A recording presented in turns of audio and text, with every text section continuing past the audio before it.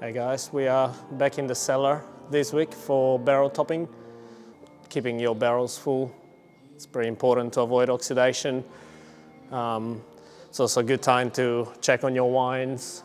If there's any adjustment to be done or any add, it's a good time to do it. So before we start topping, I'll show you the process of stirring the lees back into the wine, bâtonnage in French. And what we're looking for really during this process is a little bit of added palate weight. It fills up the wine a little bit, and I personally love lees contact wines. And if we can use it to our advantage to add to the wine, why not? And we're gonna mainly be doing this to Shiraz and Grenache today. That's the inside of the barrel. There's just wine. It looks black at the moment. But if you give me 1 second, we'll give this a quick stir. Let's just see if it's visible from camera.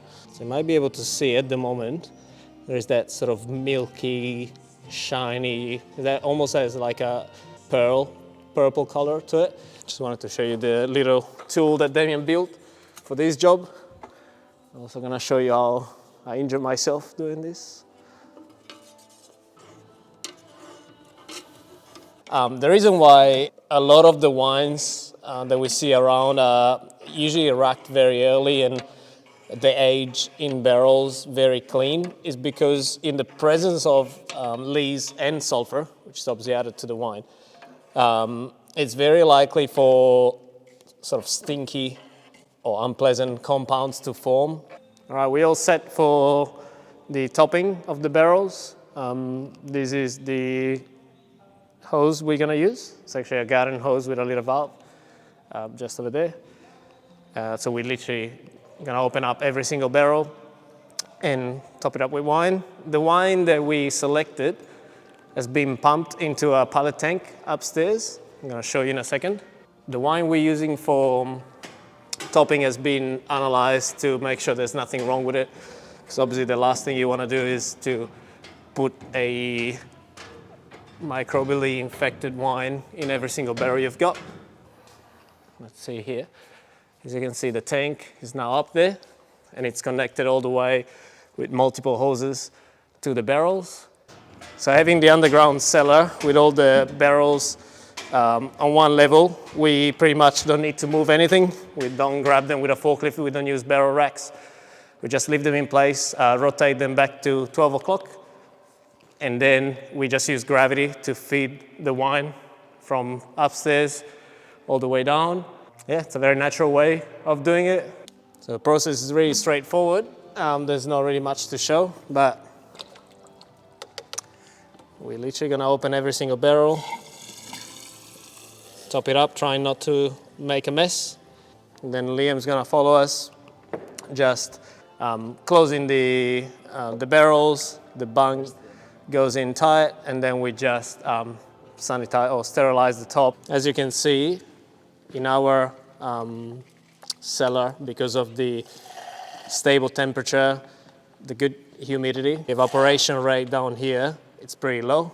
The wine you lose goes into the pores of the barrels and eventually it's gonna make its way out of the barrel and evaporate, and we call that the angel share. So apart from me, now everybody's working.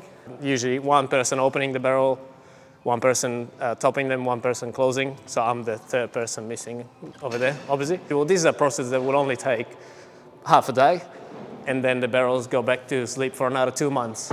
I really believe that wine should rest when it's aging and not be moved around too much or manipulated too much. All right, guys, Liam and Kylie are topping the barrels just behind me. I guess they just ran out of wine, which means they gotta put some water in that tank that you saw before, just upstairs, so that the weight of the water pushes the remaining wine in the lines down to us.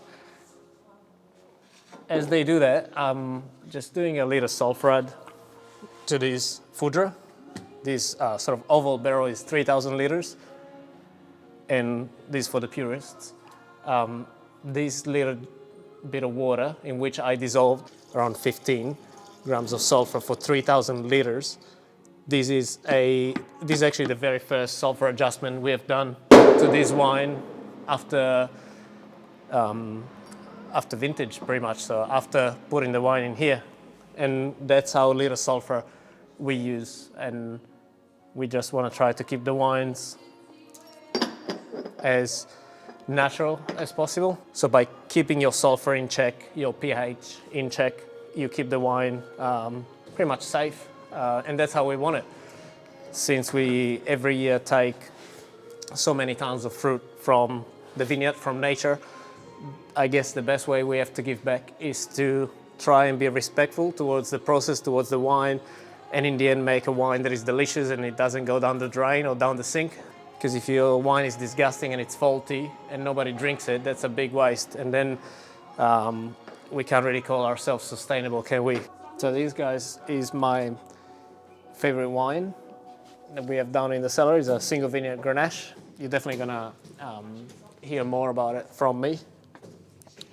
And yeah, probably just gonna let them work as I literally sit on my favorite wine. See you next time.